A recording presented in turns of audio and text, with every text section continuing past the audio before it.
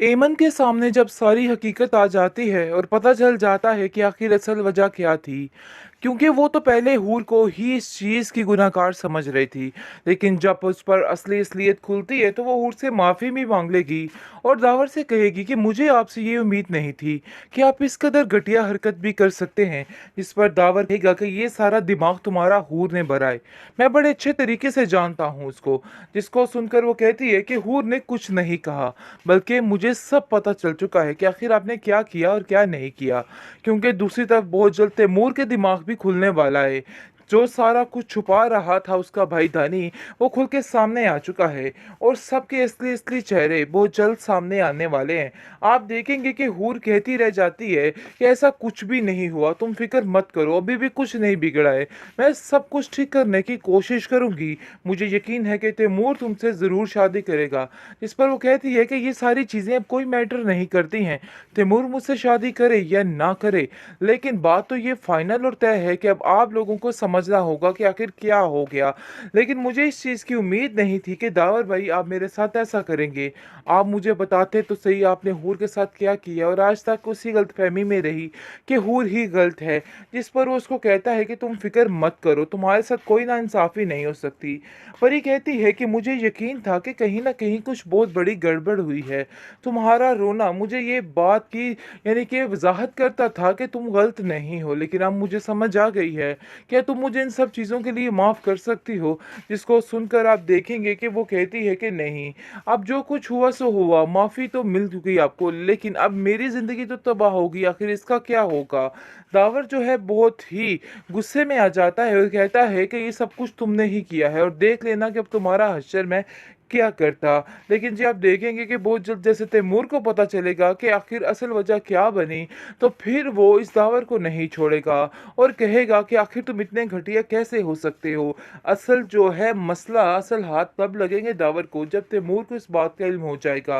लेकिन हूर भी फिर भी इन बातों को इग्नोर करने की कोशिश करेगी और कहेगी कि ये सारी बातें करने का तो कोई फ़ायदा ही नहीं, बेहतर यही है कि इन सब बातों को ठप कर दिया जाए, क्योंकि अब ये बातें मानी नहीं रखती हैं। अब तुम्हें एमन की ज़िंदगी में आ चुके हो तो तुम्हें उसको पूरा पूरा निभाना है।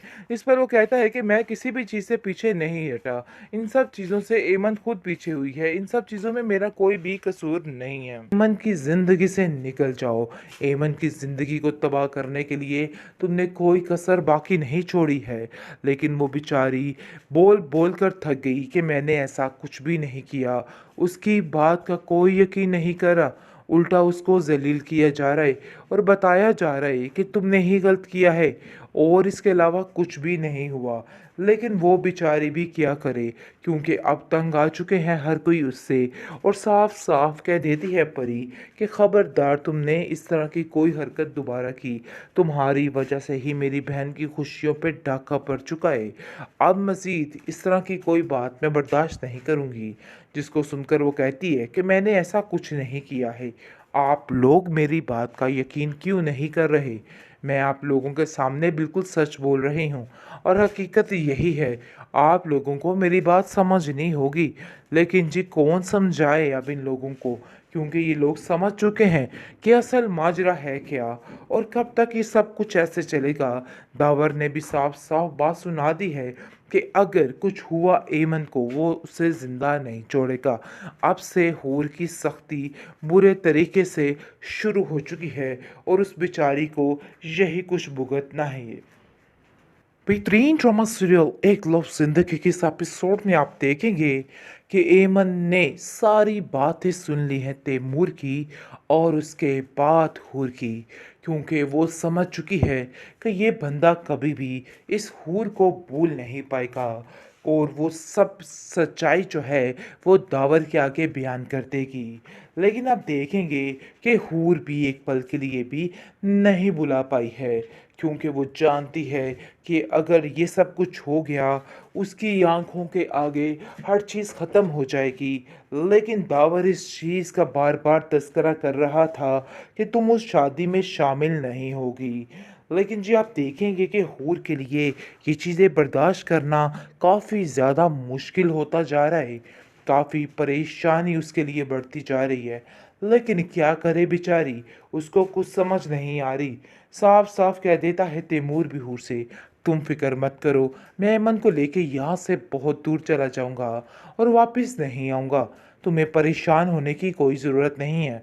लेकिन जी आप देखेंगे कि समझ चुकी है ऐमन बड़े अच्छे तरीके से कि मामला काफ़ी गंभीर है और उसको ये सारी बातों का यकीन नहीं करना चाहिए, बल्कि इस बात को अच्छे तरीके से समझ लेना चाहिए कि सिर्फ़ और सिर्फ़ ये ही हकीकत है कि तैमूर कभी भी उसको भूल नहीं सकता है। आप देखेंगे कि हर चीज़ का किस्सा जो है पहुंच जाता है परी की तरफ और सब कुछ पता चल जाता है, क्योंकि ऐमन साफ-साफ दावर से कह देती है कि वो इस रिश्ते के लिए इनकार करती है और कभी भी ऐसा नहीं कर सकती। लेकिन वो उसको फ़ोर्स करेगा और कहेगा कि तुम्हें परेशान होने की ज़रूरत नहीं है। मैं तुम्हारी हर चीज़ में ढाल बन के खड़ा हूँ और तुम बिल्कुल इन सब चीज़ों में फ़िक्र मत करो। लेकिन दावर की बात का उल्ट ही जवाब देगी और कहेगी कि ऐसा नहीं हो सकता। ये सारी बातें सिर्फ़ फ़ज़ूलियात हैं और इसके अलावा कुछ नहीं। क्योंकि वो भी समझ चुकी है कि ये सब कुछ करके सिर्फ़ और सिर्फ़ उसको ज़िल्लत का सामना ही करेगा और एंड पर आकर वो कभी भी उसको भूल नहीं पाएगी। हकीकत तो बिल्कुल परफ़ेक्ट है। आप देखेंगे कि हूर कहती है दावर से कि मैं जाकर सारी बात करूँगी। मुझे यकीन है कि तैमूर इस बात के लिए राज़ी हो जाएगा। आप लोगों को परेशान होने की कोई ज़रूरत नहीं है। लेकिन जी आप देखेंगे कि साफ-साफ दावर भी कह देता है कि ये सब कुछ किया धरा तुम्हारा ही है और तुम्हारी वजह से ही आज ये सब कुछ हो रहा है। इसलिए बेहतर यही है कि ऐमन की ज़िंदगी से निकल जाओ। ऐमन की ज़िंदगी को तबाह करने के लिए तुमने कोई कसर बाकी नहीं छोड़ी है। लेकिन वो बेचारी बोल-बोल कर थक गई कि मैंने ऐसा कुछ भी नहीं किया। उसकी बात का कोई यकीन नहीं करा, उल्टा उसको ज़लील किया जा रहा है और बताया जा रहा है कि तुमने ही गलत किया है और इसके अलावा कुछ भी नहीं हुआ। लेकिन वो बेचारी भी क्या करे, क्योंकि अब तंग आ चुके हैं हर कोई उससे और साफ-साफ कह देती है परी कि खबरदार तुमने इस तरह की कोई हरकत दोबारा की, तुम्हारी वजह से ही मेरी बहन की खुशियों पे डाका पड़ चुका है। अब मज़ीद इस तरह की कोई बात मैं बर्दाश्त नहीं करूँगी। जिसको सुनकर वो कहती है कि मैंने ऐसा कुछ नहीं किया है।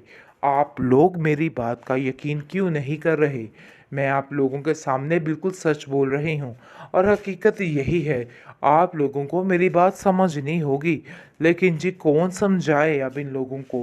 क्योंकि ये लोग समझ चुके हैं कि असल माजरा है क्या और कब तक ये सब कुछ ऐसे चलेगा। दावर ने भी साफ-साफ बात सुना दी है कि अगर कुछ हुआ ऐमन को, वो उसे ज़िंदा नहीं छोड़ेगा।